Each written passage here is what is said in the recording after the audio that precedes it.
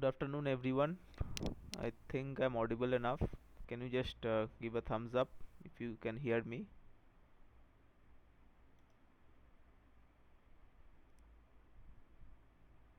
You're able to see my screen, right? Yes. Okay, thank you. So I'll wait for another minute and then we can start.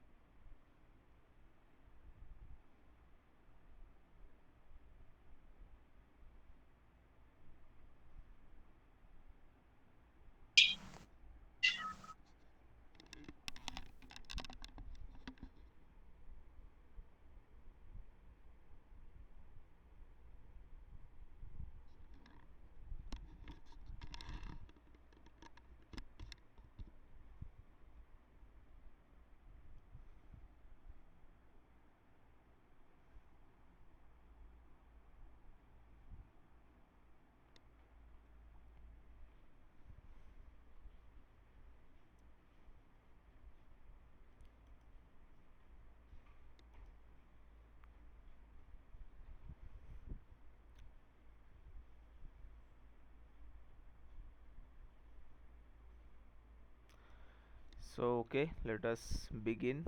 So, content of week 11 is primarily about CSIRS and the codebook design for MIMO. So, let us briefly see the things we know about CSIRS. So can one of you point out what is the use of like the primary use of CSIRS we have seen in context of 5G NR?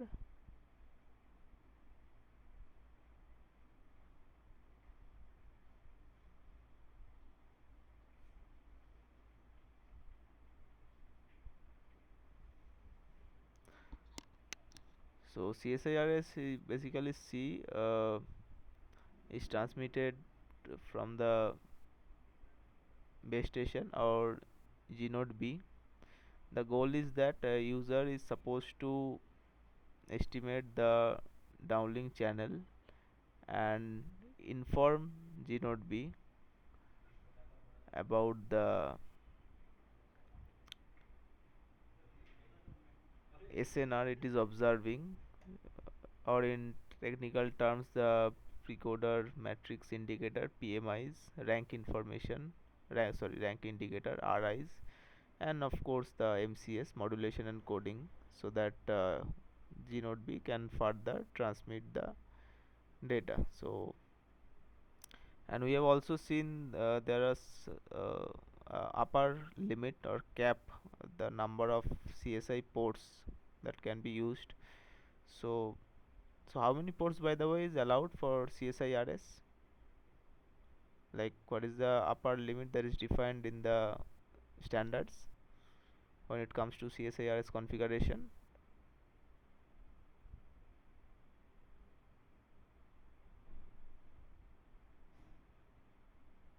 Anyone?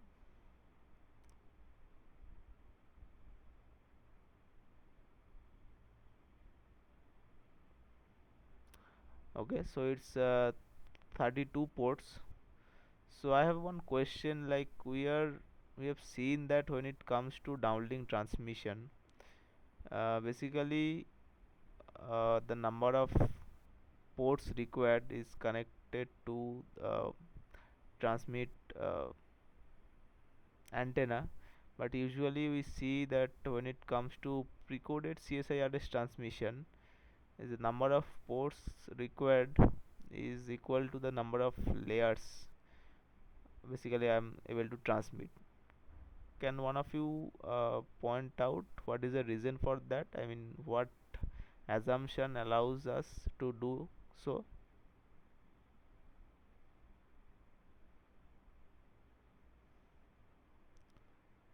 Like usually when it comes to channel estimation, if I have n number of transmit antennas, usually require n orthogonal uh, pilot symbols, or in our terms n orthogonal ports.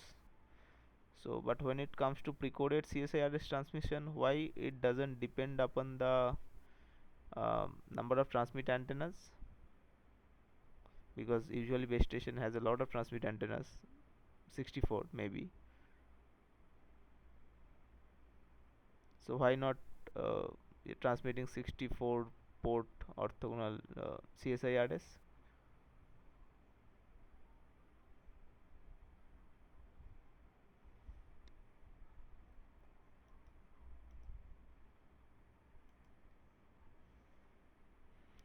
So the catch is in the term that the precoded transmission. So basically before the CSIRS transmission, user transmit SRS. So base station or the G node B estimate the uplink channel, and it use the principle of time division duplex or TDD, which basically allows our assumption that G node B can infer the downlink channel from the uplink one. So it precodes the pilot in the downlink. So that means the if I talk about the channel H here, so let's say at user end something of this is received, X is the transmitted pilot symbol and H is the channel. So an H is usually of dimension nr times nt. So ideally this X thing that is being transmitted is Vx tilde actually. So when it comes to H, Vx tilde plus n, and this V has a dimension of nt cross nl. Nl is the number of streams we are transmitting. So we can term it with various name. We can call it number of streams, we can call it number of layers, we can call it the rank of the channel, whatever. So it turns out at user ends it's blind whether it comes to estimating H or estimating jointly HV. So this is the effective channel user is seeing, and by virtue of mathematics it turns out to be the effective channel dimension becomes nr times nl. So even if I am transmitting from NT antennas, the pilot, since I am transmitting only NL layers, now the effective channel, the number of orthogonal ports I required is NL. So usually NT is much greater than NL, because in 5G in the downlink maximum 8 layers is permitted, and that is like very ideal condition. We don't usually see that. Even if we get like something like 3 or 4, it's very good. And NT is usually 64 antennas, so that's how we are able to reduce the number of orthogonal ports. But this TDD assumption, the time division duplex, although it seems to solve our problem, it has certain issues also. When it comes to the, we need something called TDD calibration to even infer the downlink channel from uplink channel. So TDD calibration refers to the scenario, let's say when it comes to uplink transmission, there are some, it's the user is the transmitter and the G node B is the receiver. So the gain of user at the user end, the gain of the amplifier and all that, and at the G node B, they are not going to the same when it comes to the downlink transmission, because now G node B is the transmitter one and the user is at receiving end. So this gain changes, and estimating or calculating these gains are not a very easy task. So that's what we call TDD calibration. So all this assumption stands on the fact that this system is calibrated. If there is no calibration, then the precoded CSIRS transmission doesn't make any sense. In that case, we have to transmit the unprecoded CSIRS.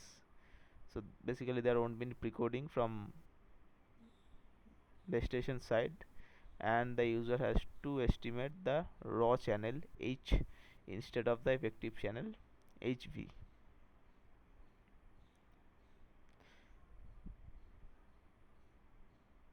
So the maximum CSIRS port configuration we know is 32. So even if in that we assume the scenario in the system is not TDD calibrated and we have to go for unprecoded CSIRS transmission, and base station antenna is 64, it doesn't going to send 64 port CSIRS because that is not defined in standard. Maximum defined is 32. So some mapping should be there. And when I talk about mapping at high level, it's like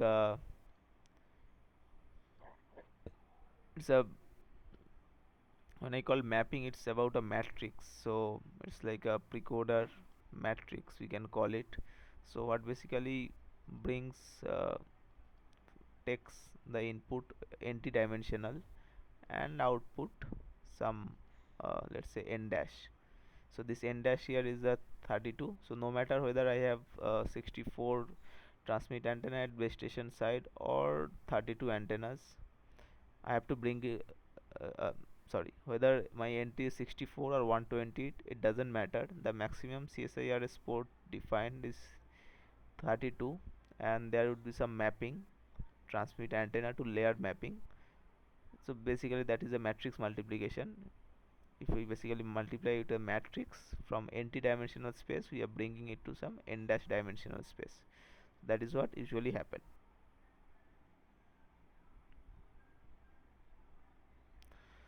So can one of you point out, is there any restriction where, like for example, we have seen earlier in case of SRS or DMRS, that exactly where they appear in a slot, like there are certain position they are allowed, there are certain position they are not. So is there something of that sort when it comes to CSIRS transmission, like in terms of symbols or maybe in terms of PRBs? Is there any restriction where it can appear in a slot? No, no, nothing like that. So basically you are saying it can appears anywhere in a slot, right? Yes, yes. Correct. And when it comes to the density of CSIRS, what is that? So it is like number of resource element per PRV. Okay, so number of resource element per port per PRV, right? Yes. And what is the value, like most likely values we have seen? So it can be zero point 0.5, it can be 1 as well. Okay, so it's mostly we see 1, but it also can be zero point 0.5 as you mentioned. Is there any other value possible?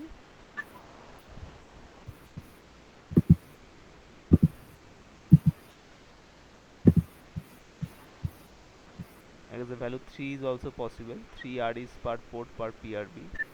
That can also happen. And Yes. so mostly it's 1 we see, but it can also be, as you mentioned, zero point 0.5 and zero point 0.3, based on how quickly the channel is changing and all that. Fine.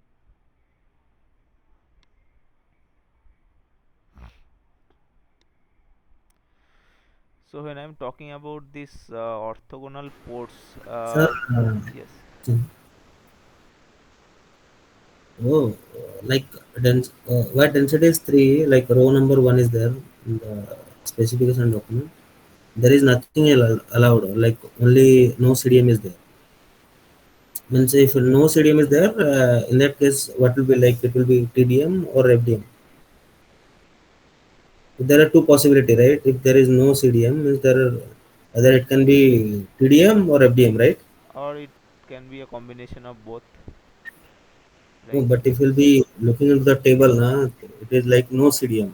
Okay, so that's why I'm asking. Means it is like no CDM means what is the possibility?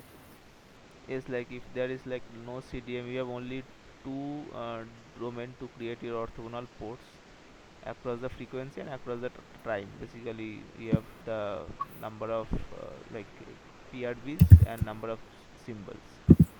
So I'm not really getting your question. Like you are saying that there is no CDM is allowed. So it is supposed to be either TDM alone or FDM alone, or it's a combination of both. So you are asking about that or something Yes, else? yes, yes.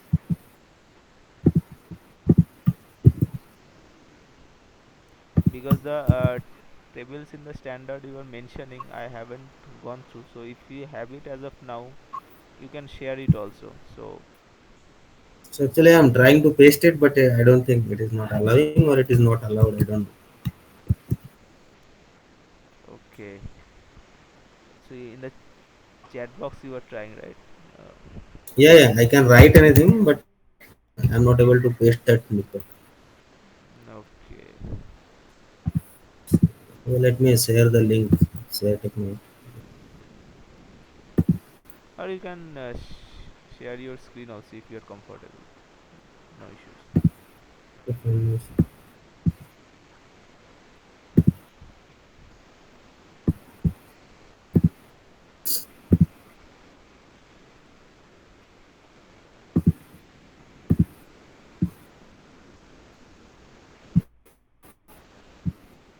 It is visible, right? Yep, it is.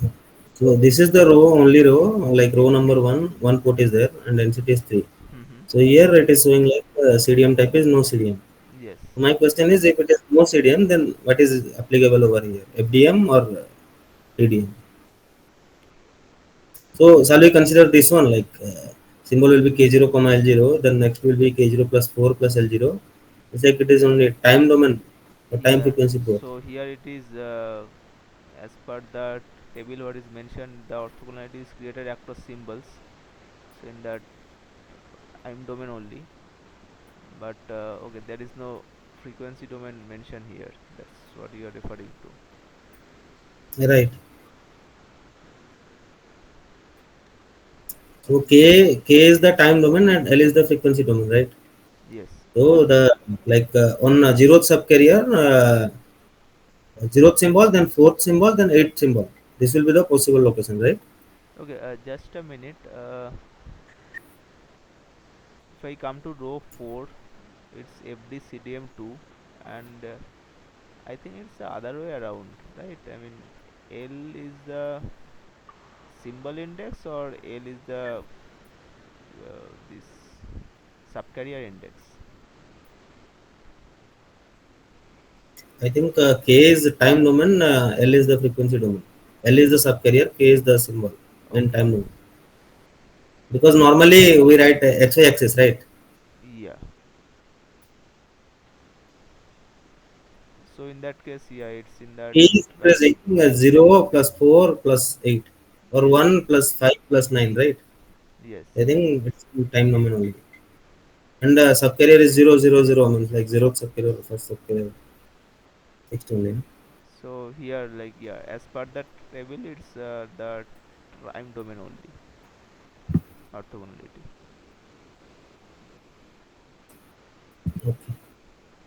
Okay, sir. Fine. Sure.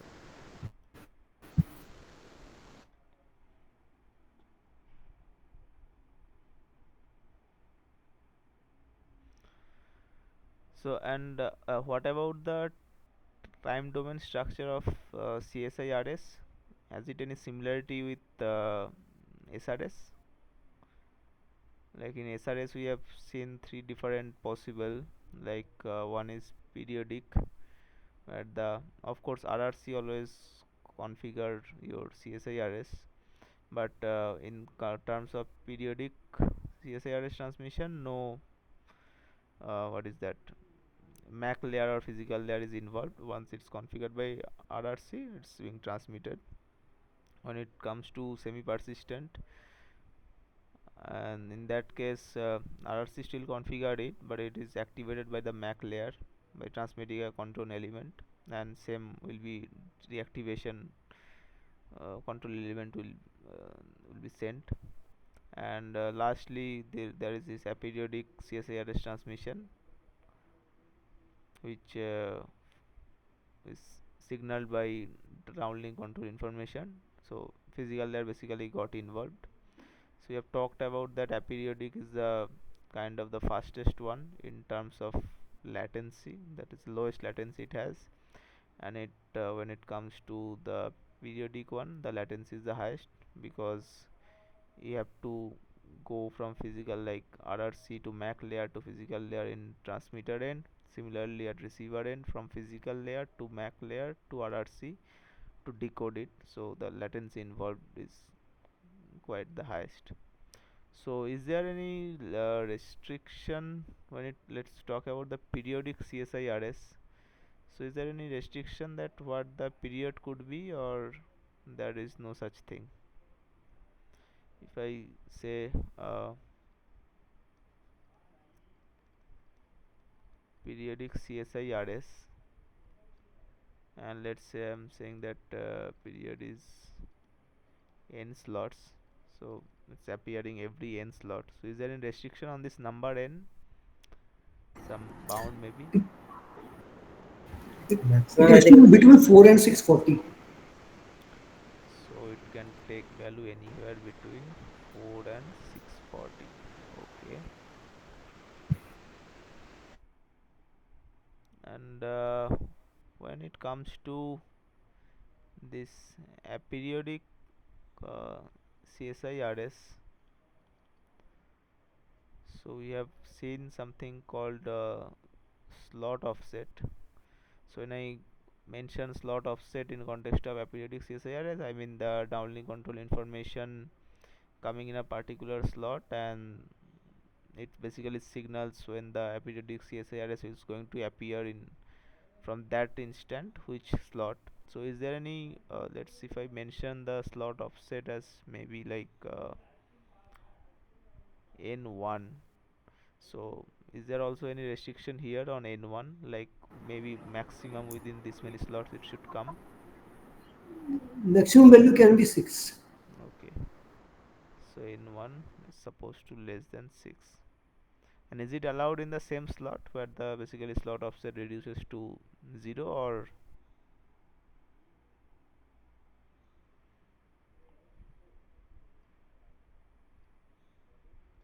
it cannot come in same slot?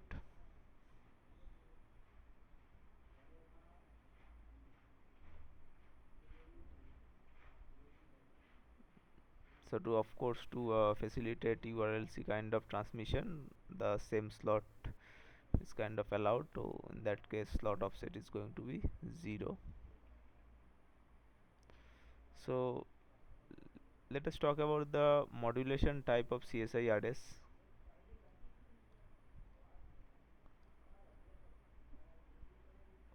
So when I talk about the CSIRS content or the element in the RE, what modulation type is being used?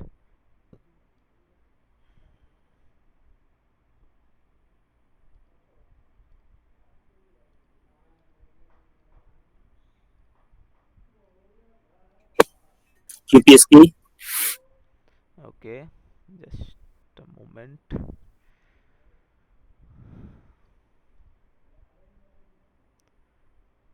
Saying modulation type of CSIRS is QPSK.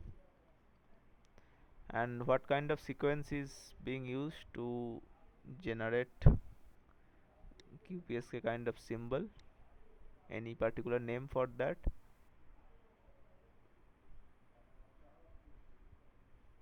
That is something similar to one of the reference signal we have seen earlier. The same sequence is used here only, just the seed values can be different.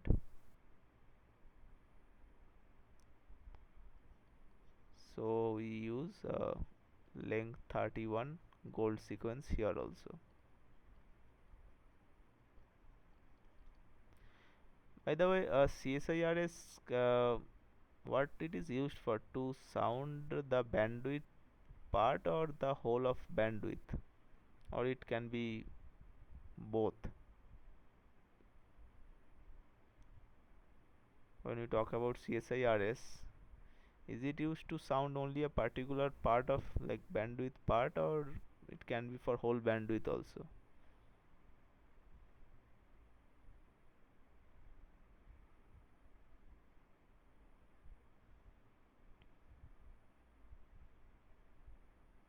So basically CSIRS can be used to sound the bandwidth part and whole bandwidth as per the requirements. So in terms of PRBs,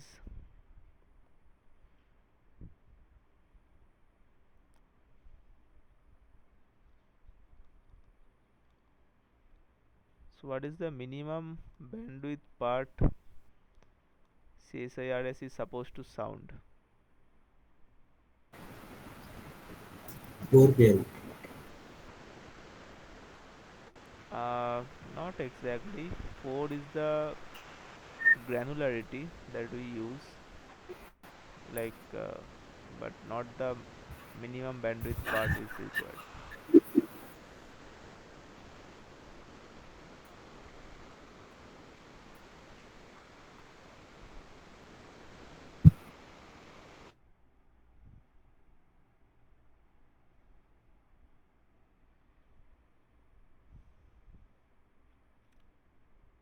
Any other guess? What is the minimum bandwidth part should be?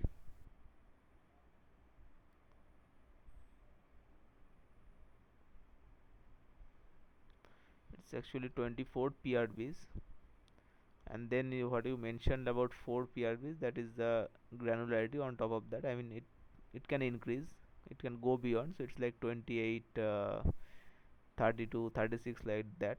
So there would be a granularity of 4, but the minimum bandwidth that you need to sound using CSIRS is 24.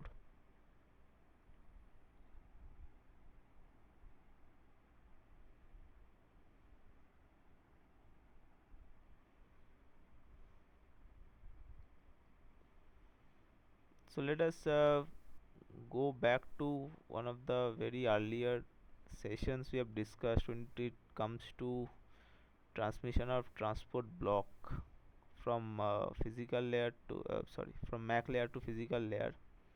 How many transport blocks are allowed, by the way, at max at a time? Yeah, two. Two are allowed. Okay, but how am I supposed to connect this information to the fact that we have also seen one of our like 2 3 sessions back, the MIMO transmission, where we can transmit multiple layers, and you're saying I am allowed to transmit 2 transport block. So how does it connect really?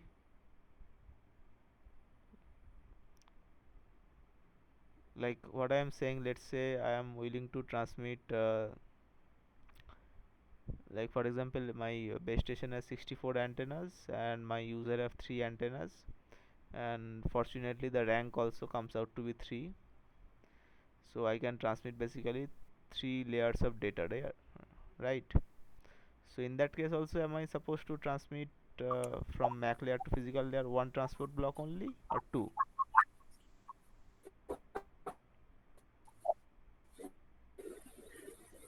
More than 4 layers you transmit to. Okay, so you are saying up to 4 layers I am supposed to transmit only one code word. Fine. So you mentioned that I can transmit only one code word. Then how about the transmission thing? Uh, let's say we did all that processing up to like you start from this, if you remember, CRC addition we start from on transport block. then there are many blocks in between. Then at the end we have seen the modulation part. So now we have modulated symbols. And what you do next, you said that, yeah, let's say I have 3 layers and I'm sending one code word. So what I'm supposed to do after modulation?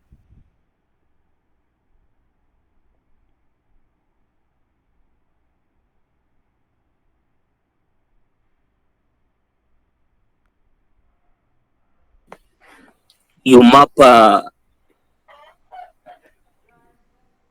Okay, I need to map. Fine. Let's say the block is called layer mapping, and let's say the code word I am getting here is let's say I denote it as C.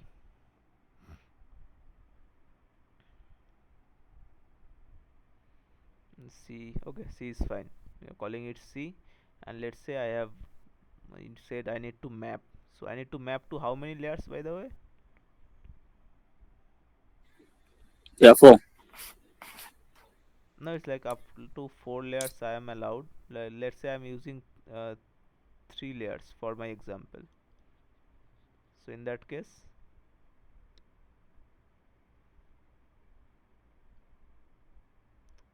I'll get 3 layers, right? Let's call it x1, x2, and x3. And how exactly do you say when you say mapping? How is that going to happen? Like when I say, let's say code word C, I mean a sequence like that, C0, C1, C2, a long sequence. So how should this mapping happen?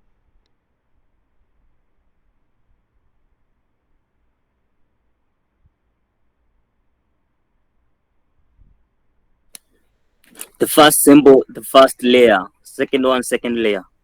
Okay, so you are saying something of this sort. X1 of I should equal to C of I, x2 of I should be equal to C I plus 1, x3 of I should be equal to C I plus 2. Is that okay? Or I made something wrong?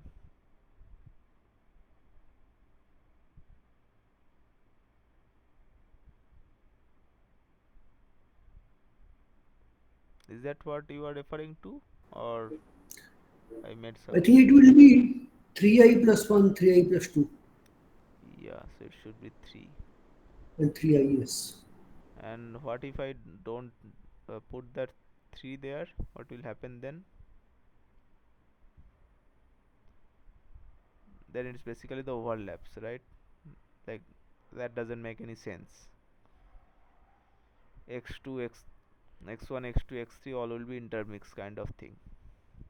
So fine, we have one code word here. After this modulation block, you do the layer mapping. So you get 3 layers, and then what should be my job here?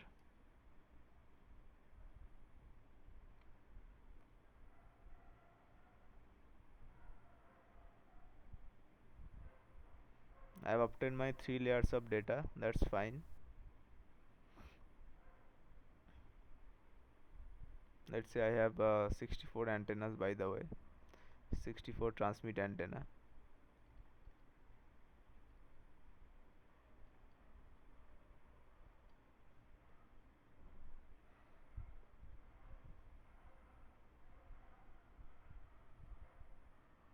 What should be the next block after layer mapping?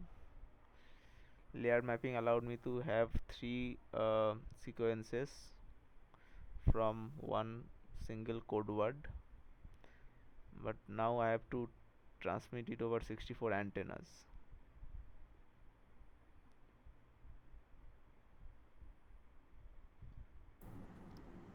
We have to do pre-coding.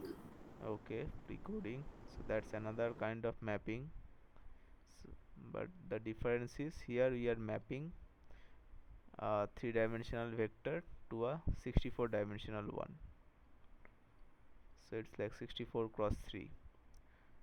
input is 3-dimensional vector, output is 64-dimensional. And what next? Once I do the precoding,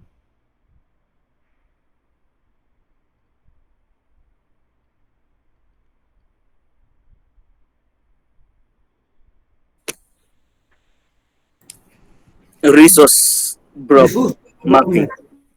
resource block mapping. By the way, when you are say the resource block mapping, what does you exactly referring to?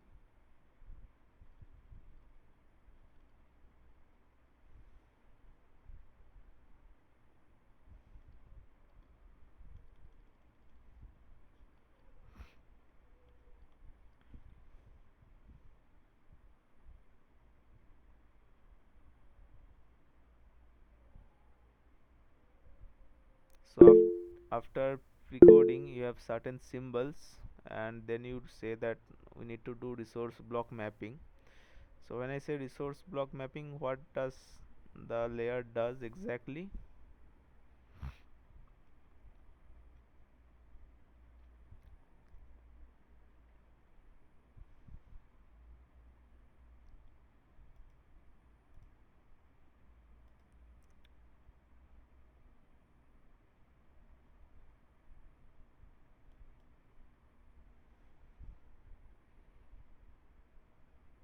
No, like 64 antennas is not like always required. It's just I'm using, it can be 32 also. No issue with that. So resource block mapping means I am basically putting this symbol over the grid according to the scheduling decision, like which users data should occupy which symbol at what PRB, that kind of thing. So once I do resource block mapping, what is my next task is going to be? Because at this point okay, let us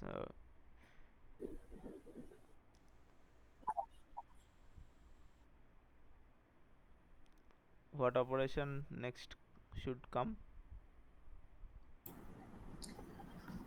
IFFT. IFFT. And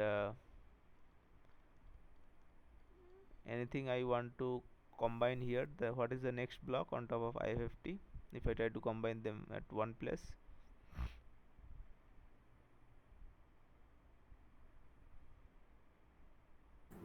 CP addition. CP addition. So when I talk about resource block mapping, it is in time frequency domain. You do IFFT, that brings it to time domain, and now you are good to go. Now this thing should go to antennas, right? And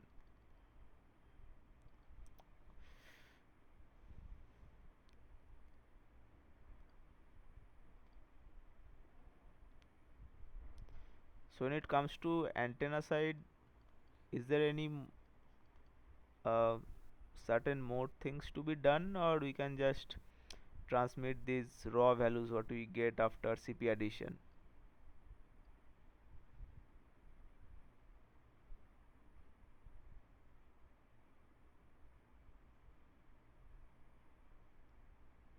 So we have seen here that after modulation we have layer mapping, then precoding, then resource block mapping, then we performed IFFT, and then we transfer them to antennas. So now antennas just transmit them as a raw value, or something need to be done?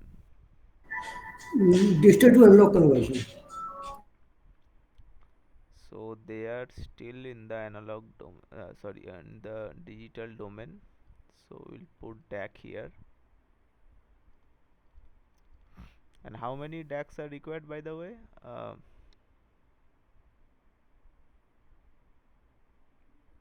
One for real and another for the complex one, right? Because we have complex values,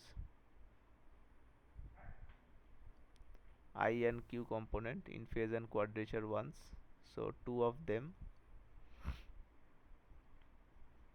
and then we up convert, and finally we use this power amplifier, and then we are good to transmit.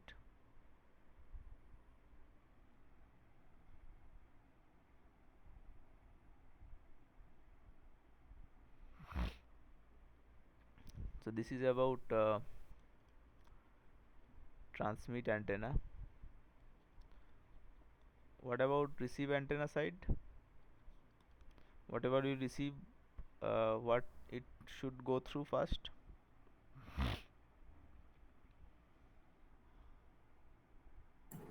Band pass filter.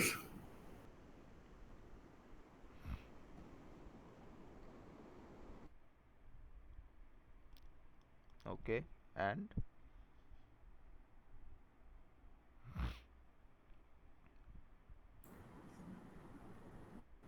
Then low pass filter and then ADC.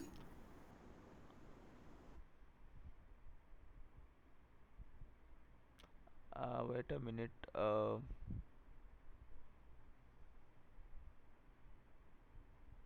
Band pass filter should come before. Yeah, it should. Then low pass filter and then ADC.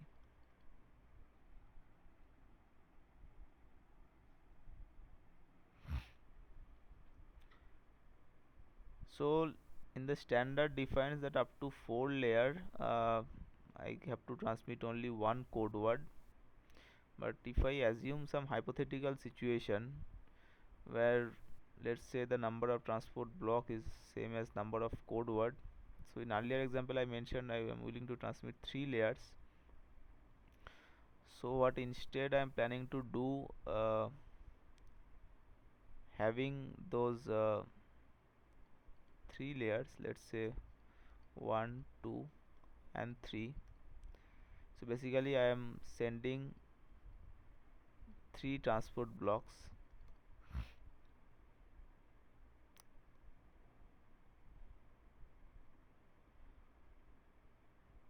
So what are the benefits for this scenario?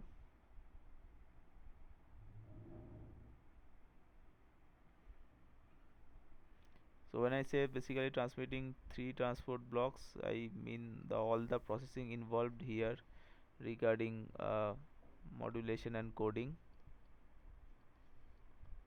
and then of course we do this mapping thing, to mapping in the sense pre-coding, to able to transmit them over NT antennas. So it's basically layer 2 antenna mapping, and we can transmit it.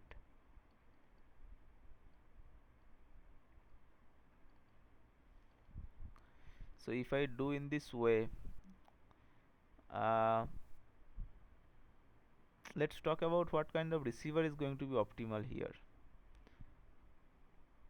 Let's say now I am not sending one code word, I am sending, okay, by the way, when I am saying a code word, what does I exactly mean by that?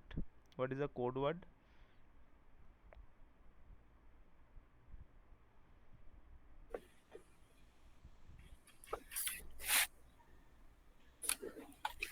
Transport block plus modulated.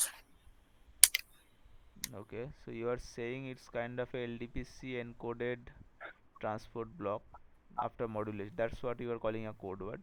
Fine. Yeah. So instead of sending one, I am sending 3 here, and 3 of them will go through a separate transmitter chain, and at the end you do that layer 2 antenna mapping and you transmit. So for this kind of transmission scheme, is there any receiver that is supposed to perform very good?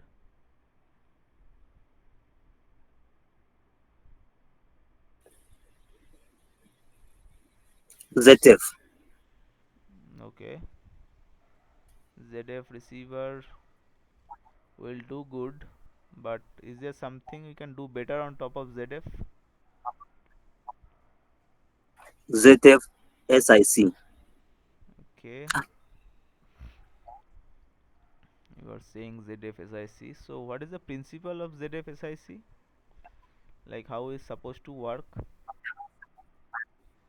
Like say at receiver end I have receive antennas. Let's say R1, R2, R3. Since I talked about user having three antennas, R1, R2, R3. So we have a three-dimensional vector. So, and of course I am not getting them. What should I do next? I have received all of them. Then what is the processing? What do you mean by this SIC, by the way?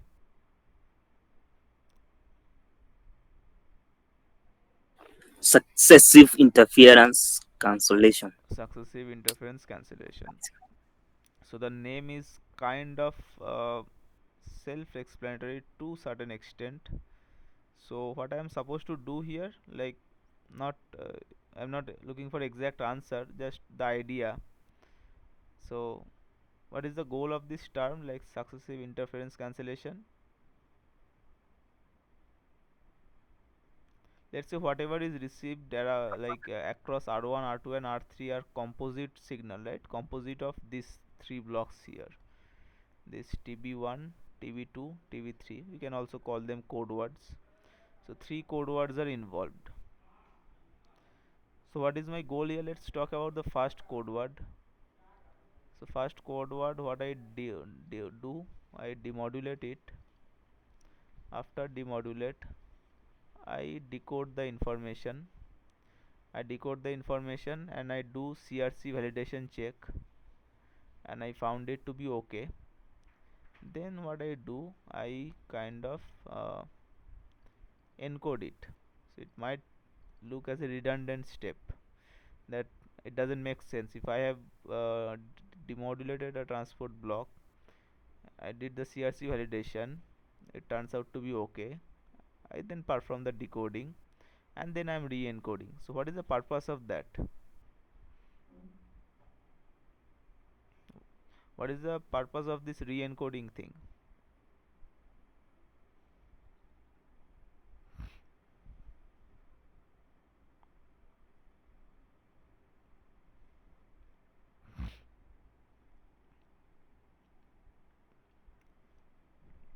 This is my, let's say, first decoded signal. This is TB1. So my question is, if I already decoded TB1, what is the need for this step of re-encoding it? Is it going to help in any way?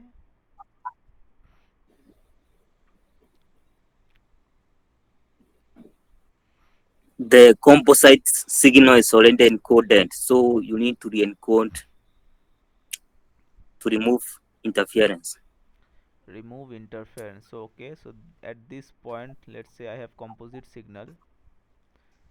So you are saying you are re-encoding it to subtract it, right? So at this point, the composite signal consists of TB1 plus TB2 plus TB3. So when I am decoding TB1, it has interference from TB2 and TB3. But at this stage here, what is the composite signal now consist of ideally? At this stage, what is being fed to demodulation and the decoding block? The composite signal that goes here, is it also TB1 plus TB2 plus TB3 or something else?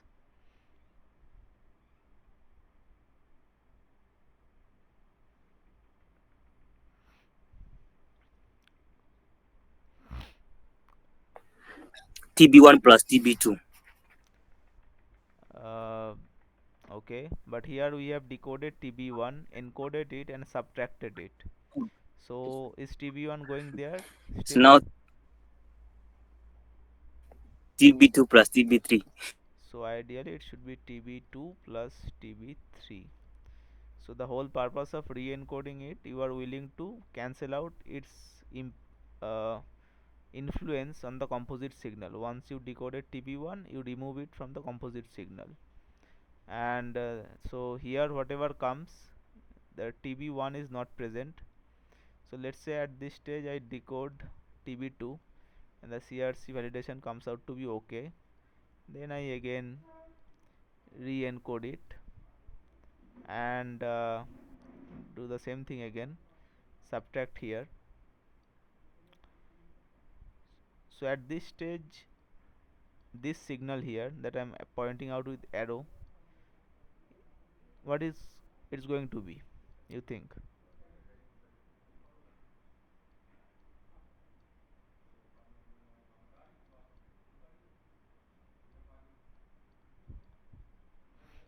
So of course I am supposed to decode TB3 here. So what is the signal that is being fed here? Composite signal here at the very bottom. Is there any influence from TB1 and TB2, because they are essentially interference only? Are they present there here at this stage? No, it's TB3. It's TB3 alone. So what is the benefit of this structure? Can you point it out? Let's say you just ignore, let's assume one particular scenario when I do not have this kind of facility. This part is, let's say, removed. This part is also, let's say, removed. That demodulation and decoding remains. So we are using the composite signal to demodulate and decode TB1, TB2 and TB3. That is what you mentioned first, that is zero forcing. Let's say I'm using uh, zero forcing method, ZF. So is ZF supposed to be better than ZF SIC or not, if these things are not there? Because this is all about SIC, so I'm just removing the SIC part. So what you remain with ZF. So which one do you think perform better, ZF or ZF SIC, and the reason behind it?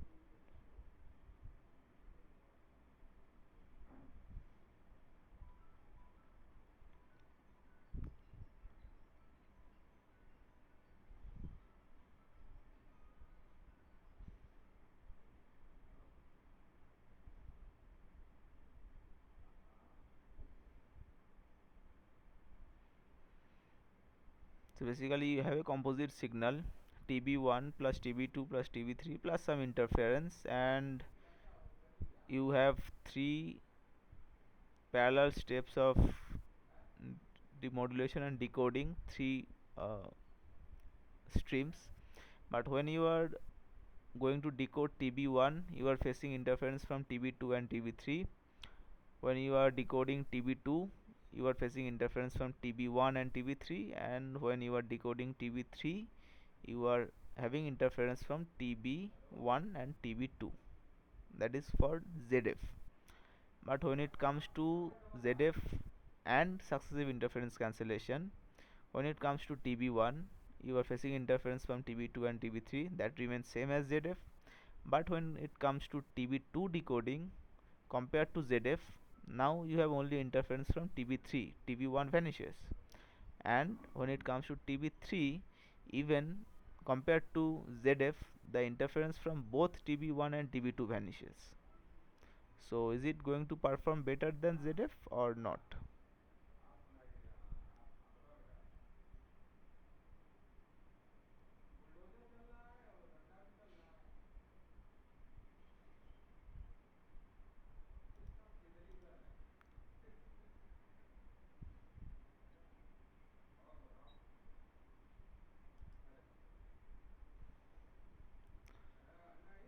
So ZF SIC as a receiver is a kind of optimal for this scenario, because you are reducing the impact of interference.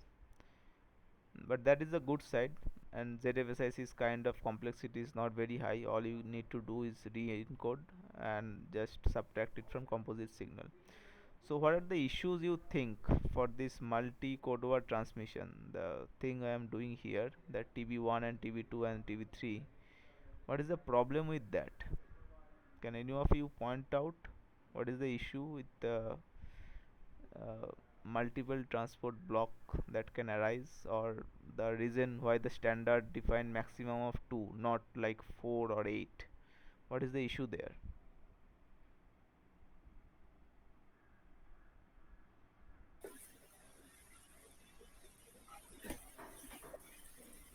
It's because of the complexity, Okay, complexity in terms of what? the receiver complexity in terms of No, at receiver end you in are terms of the hardware. actually when it comes to receiver, complexity is actually easy, right? I mean, if your ZFSIC is pretty low complexity one.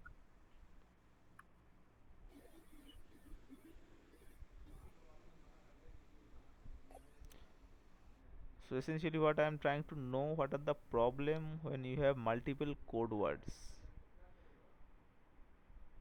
Your receiver complexity is not going to be issue in terms of, because your ZFSIC doesn't is not a very computational intensive one. So this thing we have learned earlier, that hybrid HARQ thing, that you have to transmit this NAC or ACK. I guess we all remember that part. You have to basically acknowledge whether the transport block received well or not. And also when it comes to feedback, like user feedbacking the MCS, and the that is done for each transport block. So can you point out in that line what could be the issue here when you have multiple transport blocks?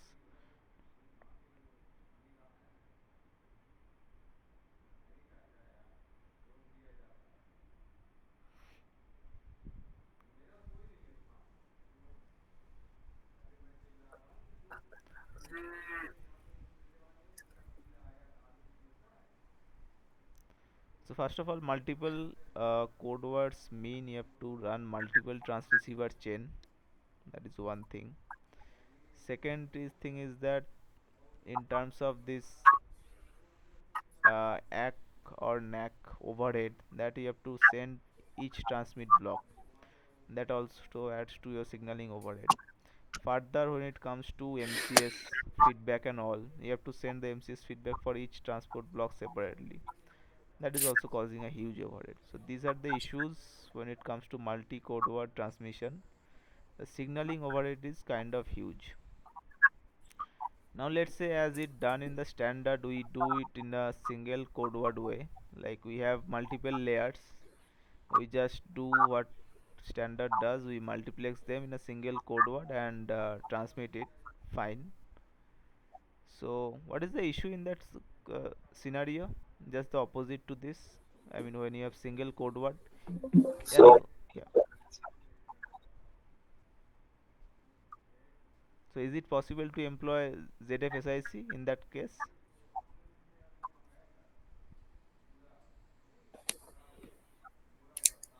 when you transmit single code word? no, And why not?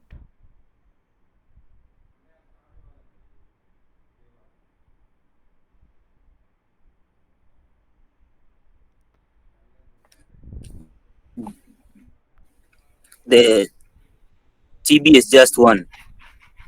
Okay, then so basically you are saying there is nothing to subtract, it's only a single code word, right? So there is no inter-stream interference kind of thing. We have a single code word. So single code word has this good thing, as you mentioned, that you have to send only ACK or NAC when it comes to HARQ configuration. When it comes to feedback, the MCS, there also you have to transmit only one value. So the signaling overhead is pretty less. So what is the issue then? Is it all good about single code word transmission, or is there something something wrong?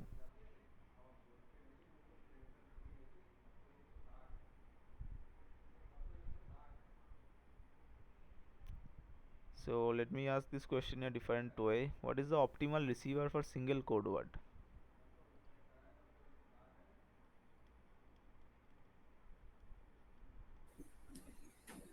It is ZF.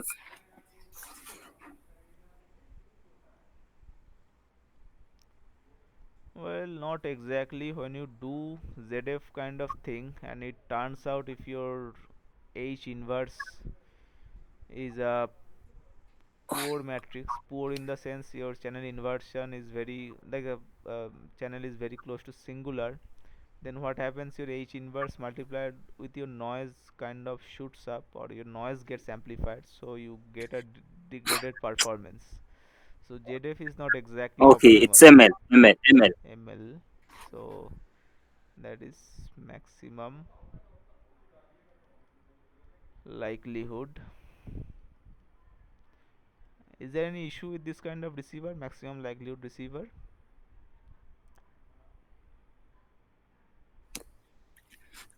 Huge computation. Yeah, the complexity is huge. So we have seen for both multi-code word transmission and single code word transmission there are issues. So that's why standard is kind of went for a hybrid format. It basically says that up to 4 layers you can transmit one transport block, and when you have more than 4 layers, then you should go for two. But by the way, why the number is restricted to two transport block only? Because you can transmit multiple layers, right? Why limit to only two?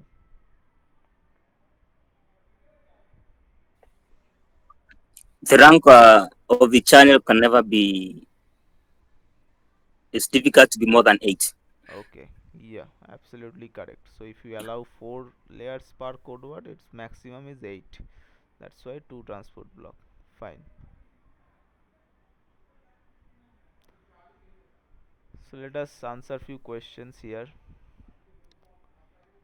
So can you point out what are the invalid CSIRS configuration in this question?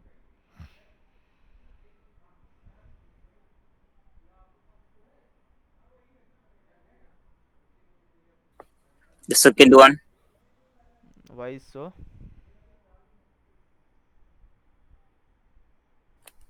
slot offset can never be more than 6. Okay, that is out of option.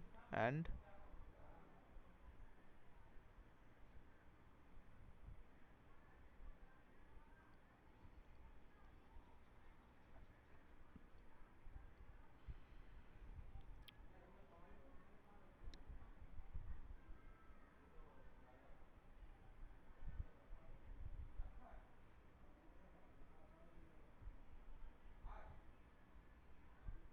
is that the only answer, or there are other options?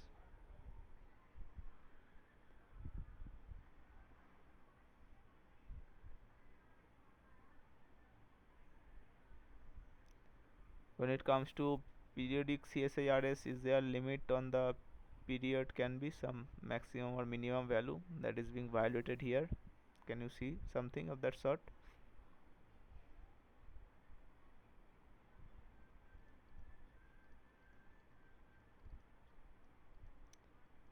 So for periodic CSIRS, your period n takes value between 640 and 4. Is there any question that violates that?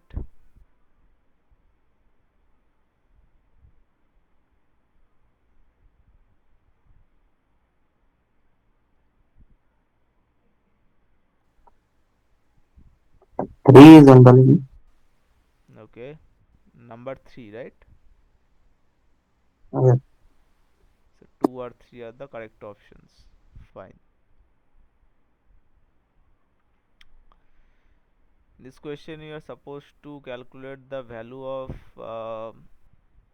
m layer for a single code word single code word there are 1728 modulation symbols, and we are talking about a rank 3 transmission. So what is the value of,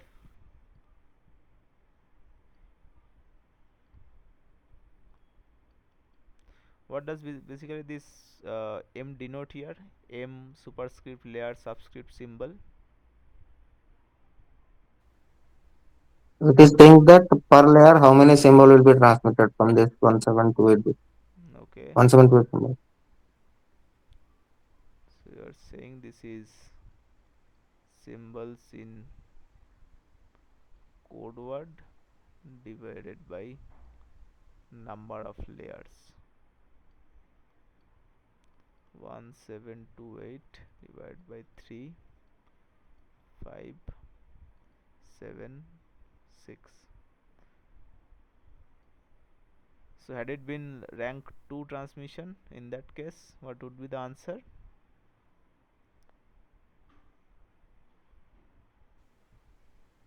1728 divided by 2. That is 864, right? Okay, so for rank 2 it's 864.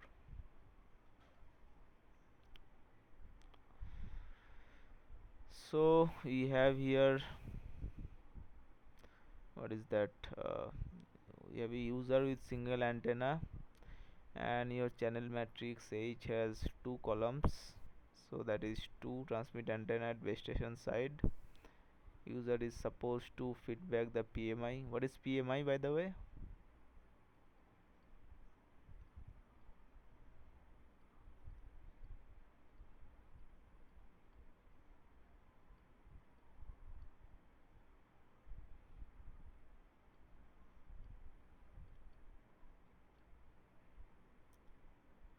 What does PMI stands for? Recording matrix indicator. Recording matrix indicator.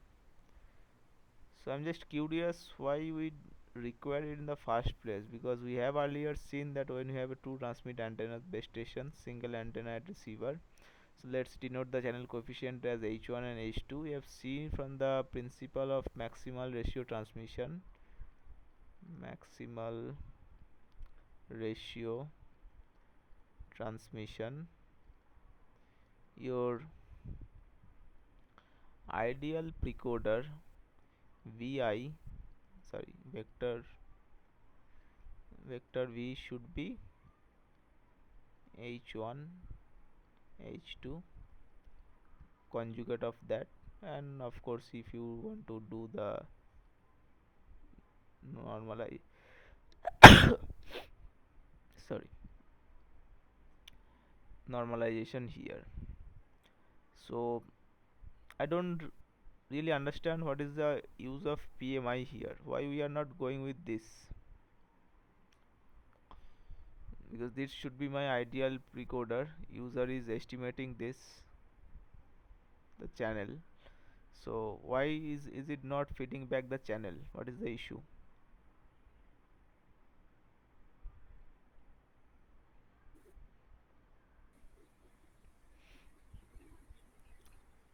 To feedback, you would require a huge overhead. Feedback will require a huge overhead. Okay, can you please elaborate on that? Let's say I am just in this particular case, let's say I have only H1 and H2, there are two values only, right? So how is that a huge overhead? Uh, you will need just 4 bits to feedback the PMI, Okay, that is fine, not 4 but bits. still, like, I don't really see why, like, H1 and H2 are two values, right? So how is that exactly creating a huge overhead? That is what I am failing to see.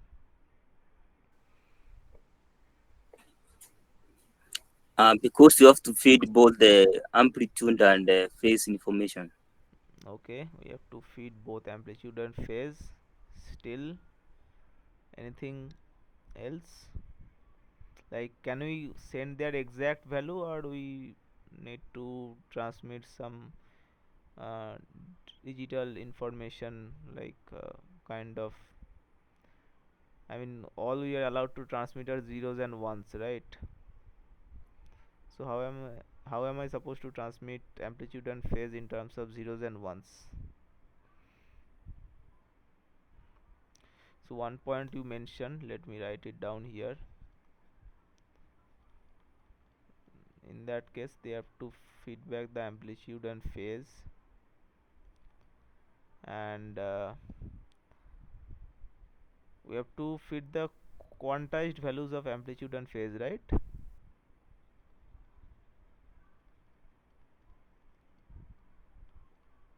Quantized value, and that basically comes under the scope of uplink control information, UCI, and that is basically a sequence of zeros and ones that is we are ultimately going to transmit.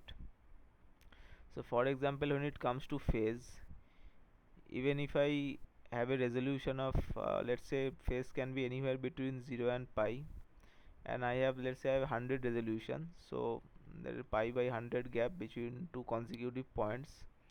So still I need how many bits?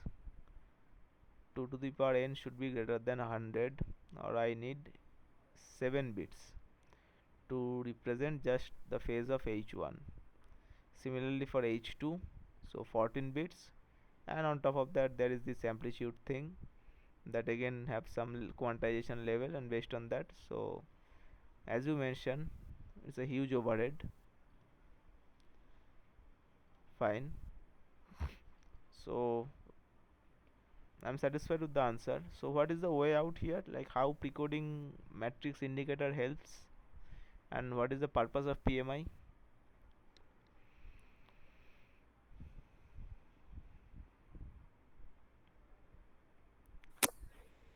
You just need to feedback the index.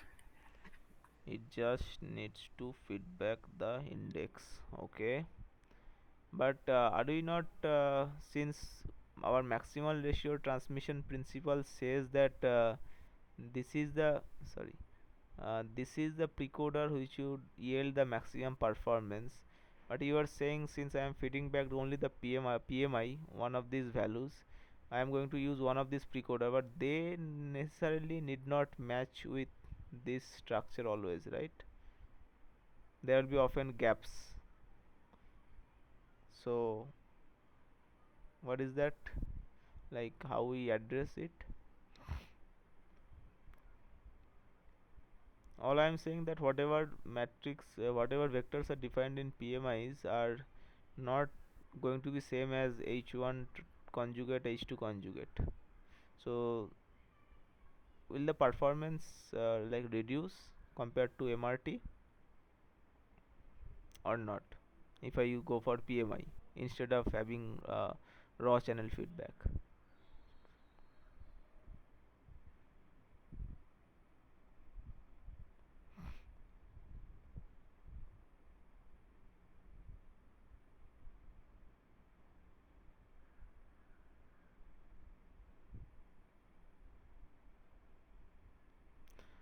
Okay, let me present you two options. On one hand, I have this maximal ratio transmission where I feedback exactly the amplitude and phase h1 conjugate, h2 conjugate, and that comes with a huge signaling overhead. And there is another option, you can transmit these PMIs that are basically four options, so basically need 2 bits to indicate, but there is no guarantee that the precoder is going to be, the precoders in PMI is going to be your actual MRT precoder. So what is the trade-off between these two scenarios? One is optimal performance but huge signaling overhead, another is very less signaling overhead but somewhat degraded performance. So there is a complexity and performance trade-off, right?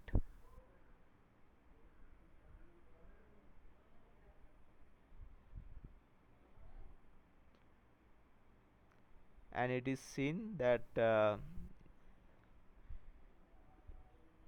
signaling overhead is often more important. There will be slight degradation in performance, but there won't be but there will be a huge reduction in the signaling overhead, so that improves the overall performance. That's why you go for PMI instead of raw channel feedback. So to answer this question, how am I supposed to get that? Like basically what user does, by the way, user estimate the channel, that's okay. What it does, like how can it find the PMI thing? I was just curious about that.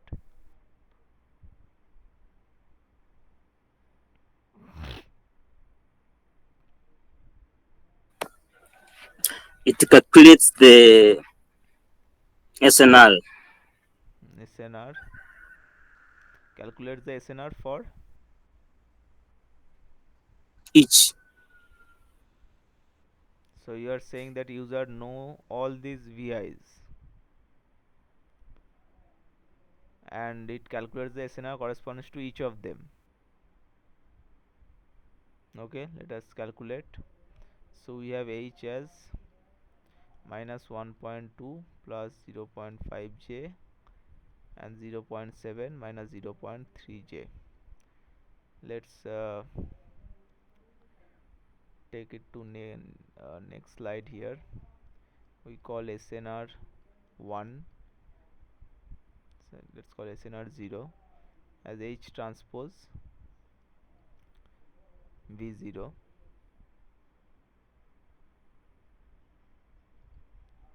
So V0 is basically plus 1, so basically you need to sum up both the elements of H, and that would be minus 0.5 and 0.2 J.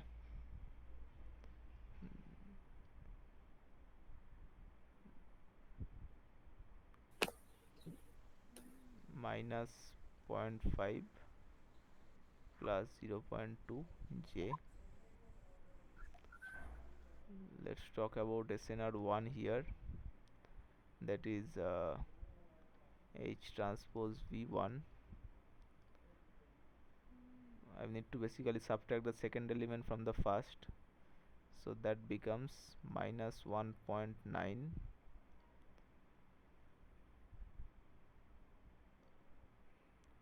plus 0.8 J. That's SNR2 H transpose V2, that is basically first element as it is, second one multiplied by J, so it will be 1.2 J and square plus 0.3 minus 1.2, that is minus 0.9. And about the SNR3 H transpose V3, that is multiplied with minus J, so it will become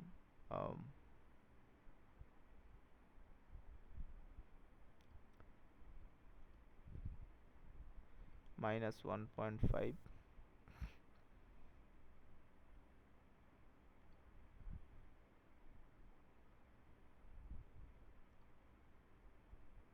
minus 0.2 J.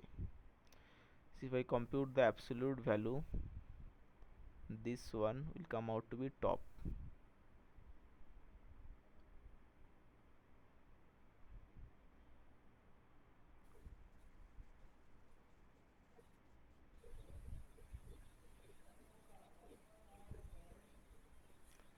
So which of the PMIs are Sam, supposed to, yeah, is it H transpose or V transpose? it can works both way around, right?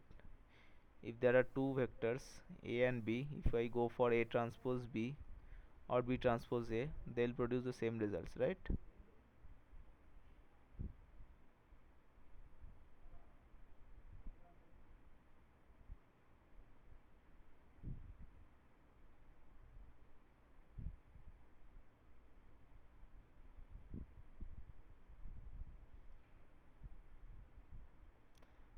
So which one of the index it should choose?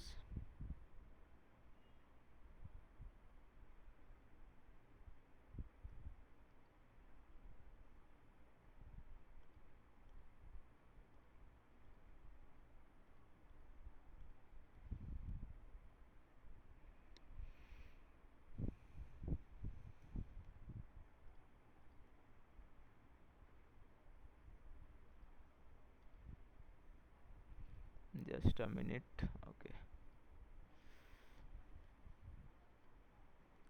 it should be one only, right?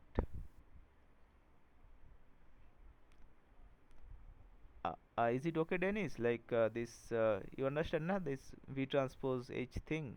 You can write it both way actually. H transpose V and V transpose H.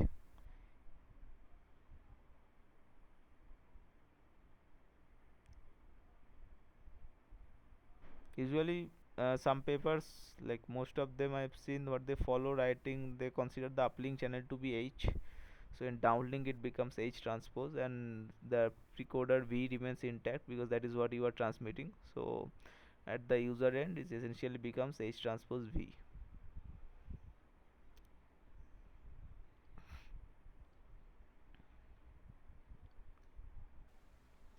Sir, one question like Yes. how you have calculated this SNR2 and SNR3? Oh, that I just multiplied. For SNR1, you directly SNR1 and 2 you directly sum it up, right?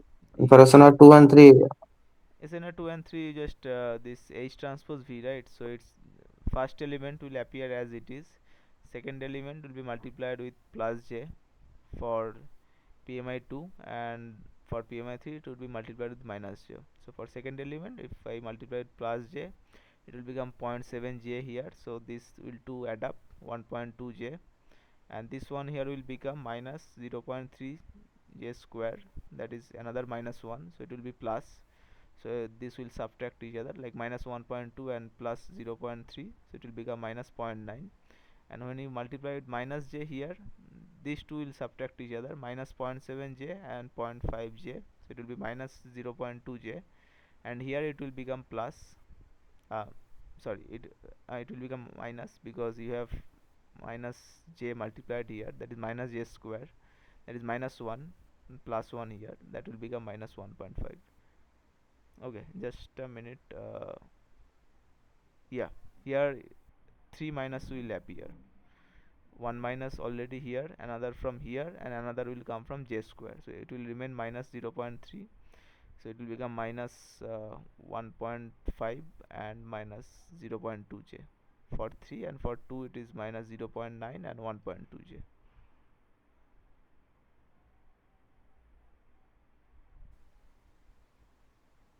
okay, sir. Okay. Sure. So when it comes to the downlink transmission for single code word, what are the possible number of layers here?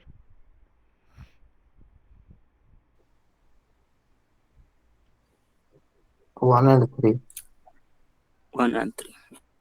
So first and second options. This is kind of a refresher question from earlier slides. So when it comes to PDSCH processing, what should be the correct order at the receiver end, of course?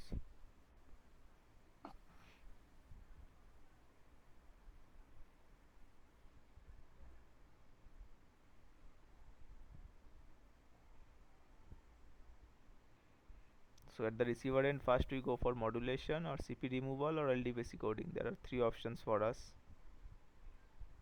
So what should be the first step? First will be CP removal, no? CP removal. So it's between 2 and 4. CP removal, FFT is fine. So the question is, first we go for resource block demapping or first we go for layer demapping?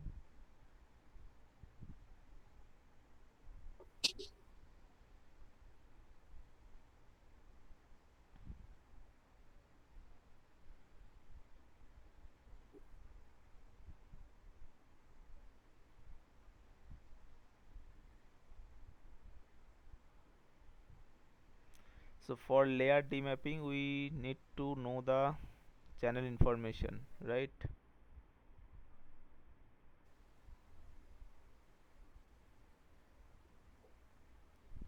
So unless we are estimating the channel, we cannot go for layer demapping. When you do FFT, you are bringing your symbols in the time frequency grid. So from that point, should it be resource block demapping or layer demapping?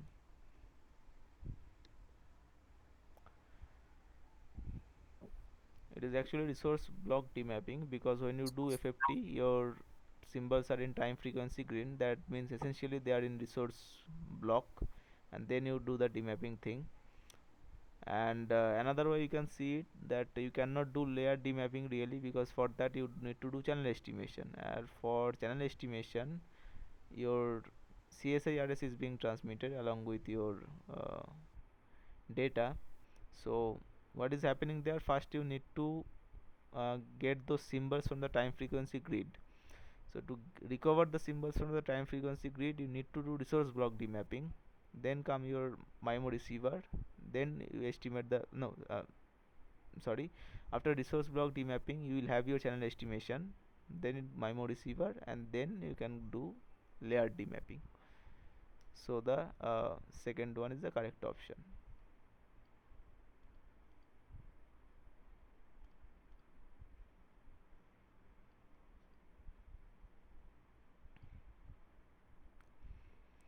What about the advantage of single code word transmission compared to multi code word? Is it winning in terms of receiver complexity, or is it winning in terms of signaling overhead? Signaling overhead. Signaling over. Signaling overhead, correct.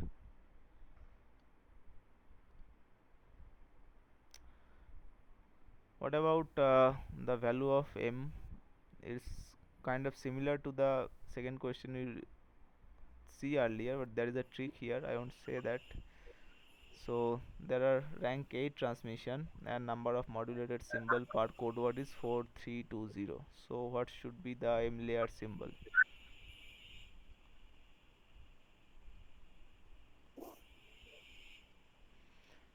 I know I need to divide 4320 by what number? 8. 8. But in rank 8 transmission, how many code word you transmit? 2 code words. 2 code words. So per code word you have 4320. So is it still 8, you think? How many layer we transmit per code word? 4. 4, right? So even if we are, it's mentioned rank 8 transmission, that's just to confuse you. So we need to divide with 4, right? Because it's mentioned that modulated symbol per code word is 4320. So when it comes to rank 8 transmission, there will be 2 code word, each of them 4320. So essentially I need to divide here by 4, not 8. So what I'll get, 1080. 1080. Correct. 80.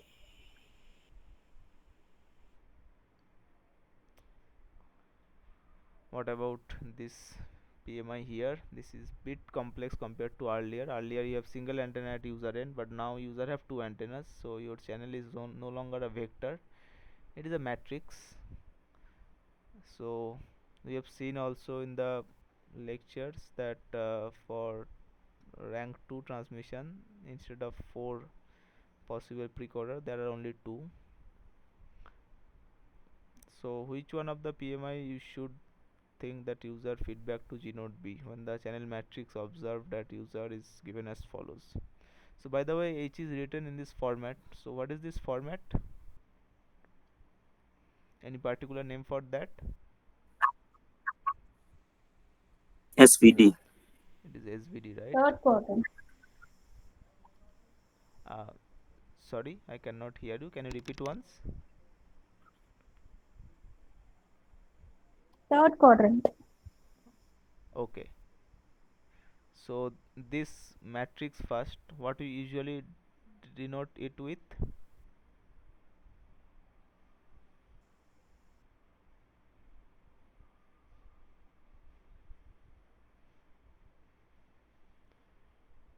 Okay, let me write it down here. U sigma V Hermitian.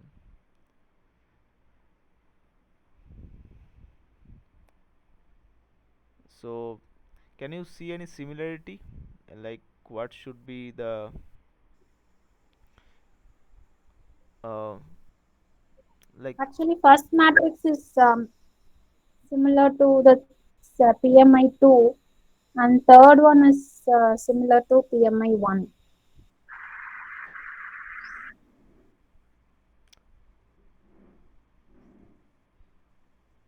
um, okay. So what I would like to ask that which information G node V needs to know, U or V?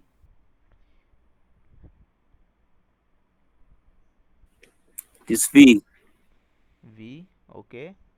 And so I need to choose the V which is from like the PMI, the closest one, which matches with the V of the channel.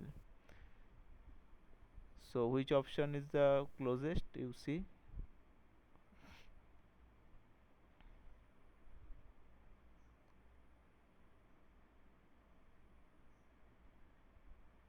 PMI1. PMI1. And why is so? There is no complex part. There is no complex part.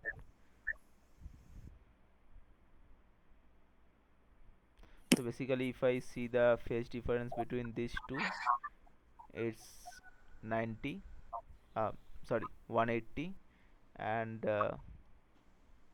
because it's plus and minus, and between these two it is 0. But here between these two it's 90, and this one here again, okay, this one is a minus 90, 270. this one is 90. So this one is the matching the closest, correct? So the I should go for PMI 1.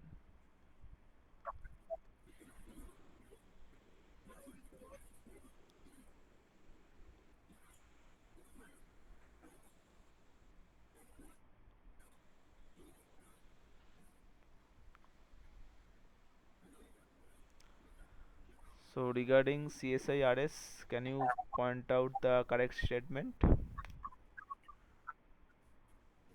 First one is correct. Okay, first one is correct. What about second one? Second and third wrong. Wrong one.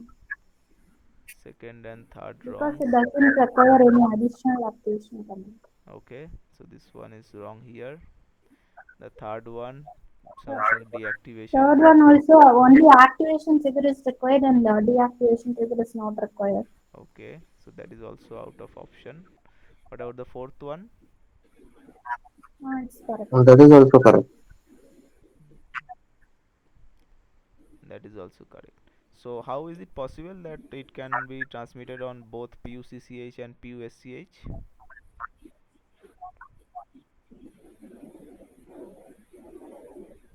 Piggybacking. Uh, Sorry, I don't get it. Can you repeat once?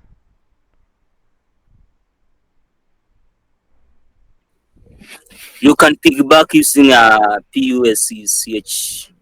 Okay, so let me ask you, like when we use PUCCH and when PUSCH. Just trying to refresh things a bit. Like let's say you don't have any uplink data to transmit. So which of the transceiver chain you are going to use, PUCCH or PUSCH for transmission of CH. PUCCH? Okay. And if you have a uplink data to transfer along with control information, We'll use SCH. then you go for PUSCH. Okay, fine.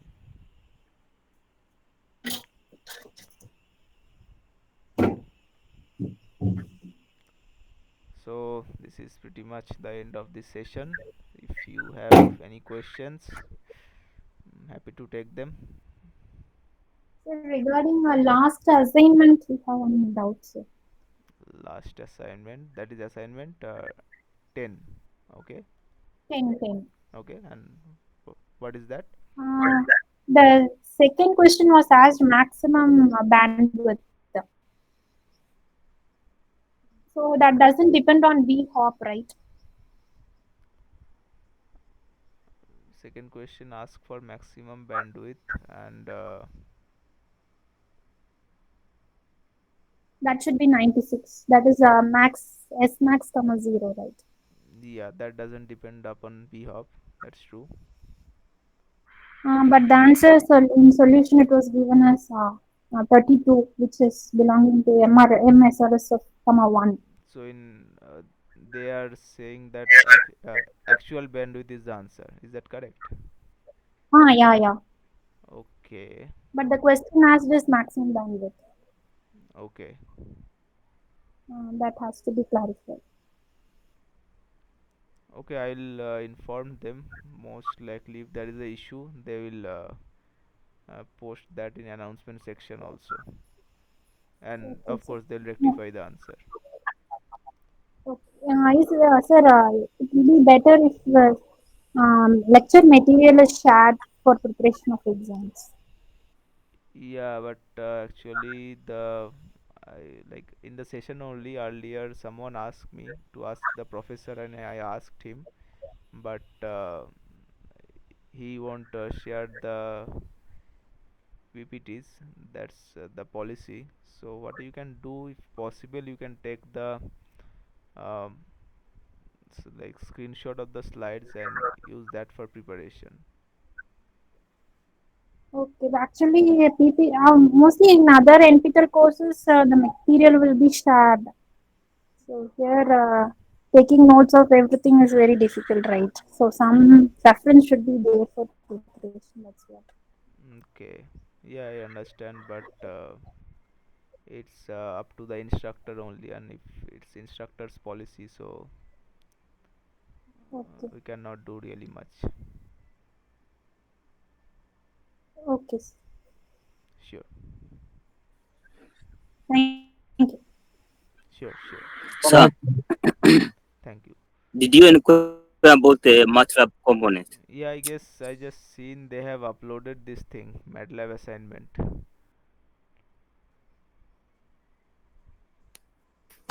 Let me check. Yeah, they uploaded it recently, I guess. Let's check it once.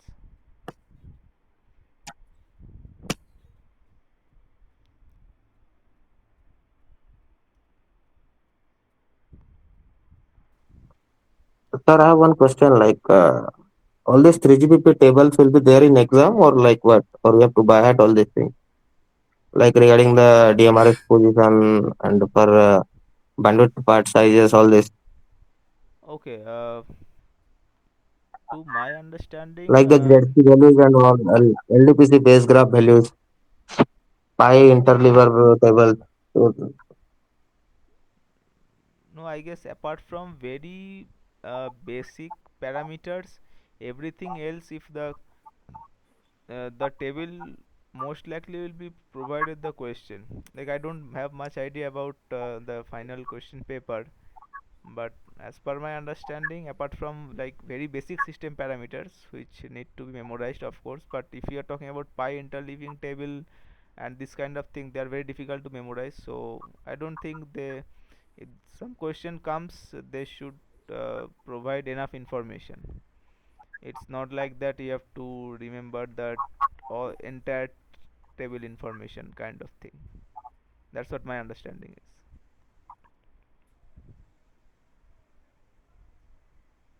Like for example, if you mentioned about this LDPC like LDPC base graph, yeah, that base graph is there. We don't know like whether it need to buy it or what. And for redundancy burden also there, the starting point for there are multiple values, right? yeah, so for as So, per my understanding, the other code rate that is being one third for base graph 1 and one fifth for base graph, these things may be required to memorize because they won't be provided. But for anything else, like for offset values and all that, those values most likely will be given. They need not to be memorized.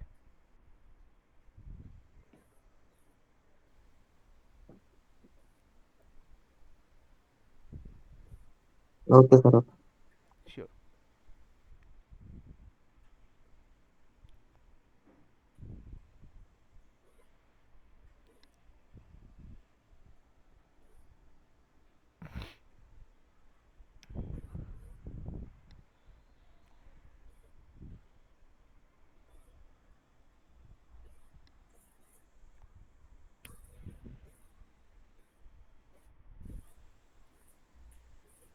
Sir, can you please go to slide number 7 or 8? Slide number 7. Okay. We have to take one PMI, right? I just take a Yeah. screenshot. I will take a screenshot. The next page. Okay. The next page.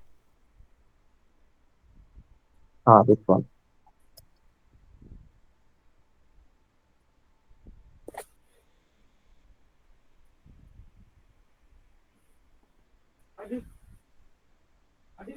Hmm.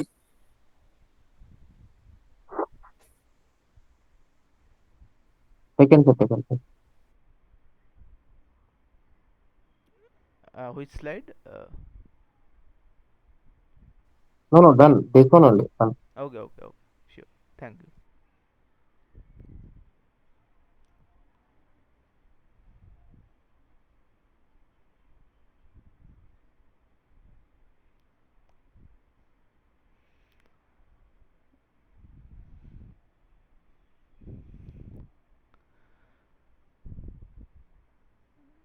So if there is no more questions, we can call off this session, and we'll meet next Saturday again. Sir, when will be receiving the admit cards? Any tentative dates? Regarding exams, I don't really have much idea, but people. Actually, during the exam form fill up, the date was like October 25th, right? Okay, the And exam date. basically, I'm from Odisha. Yeah, yeah, exam date was October 25th. Okay. So due to Diwali, I had some plans to go to home, and I'm basically living in Bangalore. So I've Okay. done all the tickets and all those things near to the date, so that in one go I can go to home and give the exam as well. But is there any possibility regarding the exam date change or anything like that? Exam date, not, no, exam date, I haven't heard about changing it. It will be held on 25th only. But regarding when the admit cards will be released, that I'm not sure. I heard about a week before or so, but I'm not very sure. But exam date won't change. Like, is there any festival on the exam date or so? Like some. Diwali is in 20th, right? Okay, and So exam is on 25th, 25th, right? exam is on 25th. Yeah, yeah. And it's Sunday, I guess. No, it is in Saturday. Exam is in Okay, Saturday. okay, Saturday.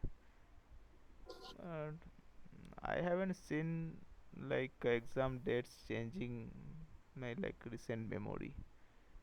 They are usually fixed only.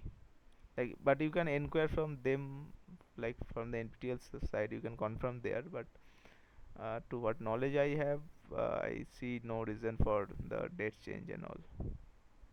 And one more thing, like whatever the center choice you have given, like first option will be selected or like what? Um, See, basically, it was like three options. Okay, option was filled it that my near to my hometown. Second one is Bangalore, and third one is also in Odisha only. So that's why I'm little bit confused.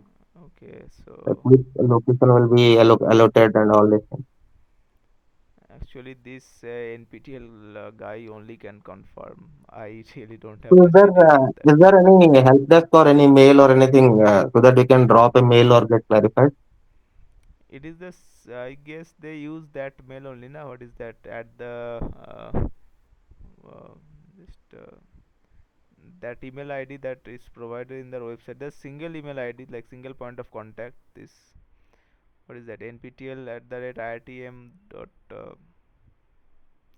I need to check also. Let me just see once.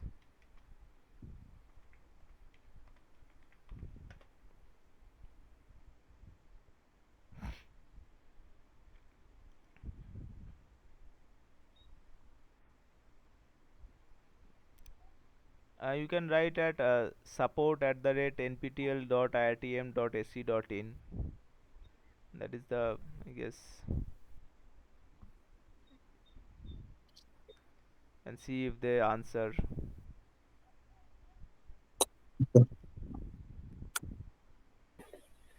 So, Yes. do you have some warm up exercise? Uh, do I have some? Warm up. Okay, warm up exercise.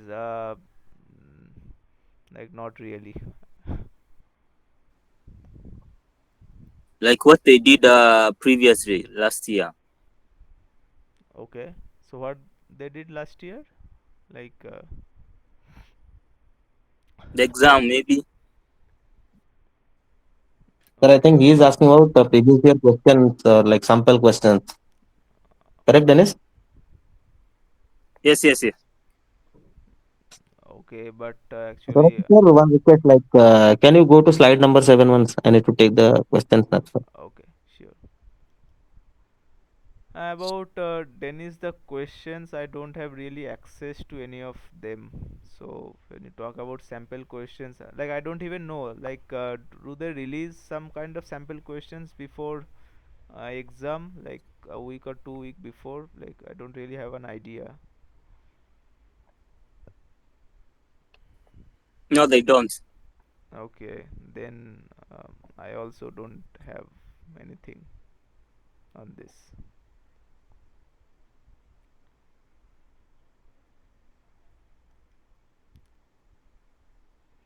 But I guess if you have two kind of, like we have, you have this year assignment questions and whatever sample questions we do in the sessions, so these two can be good source. I mean, if you cover all these, it's pretty difficult to encounter something that is completely different from whatever being covered here in the both the assignment questions and here.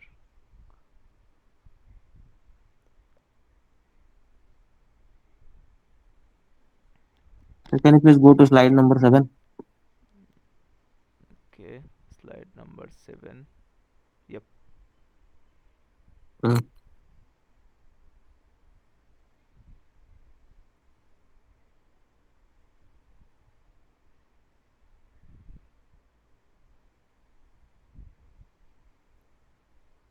Taken, sir, taken. Thank you. Okay, sure.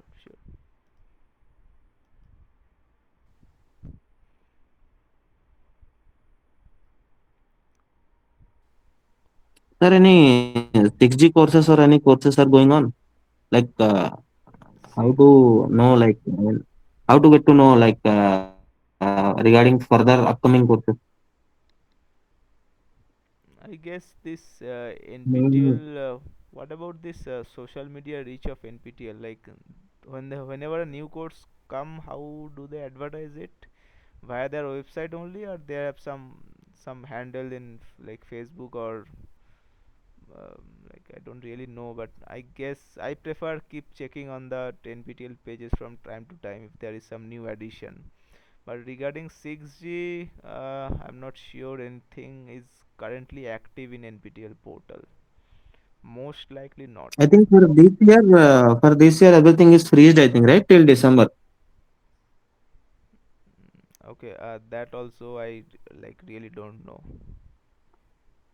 because Normally, for NPTEL, there are two kind of sessions, right? One is till April, and second half is like from June or July to till end of the year, okay, right? that you are talking about. Yes, there are two. One is from January end to April mid. Another is this July end to October mid. Right. These two. Until December, there will not be any kind of courses, I think, as of now. No. Because today morning only I have checked. True. Okay. Okay, sir. Thank you. Thank you, Thank you. everyone. Thank Thank you. you. So, thank you. Then I'm concluding this session. We'll meet again on next Saturday.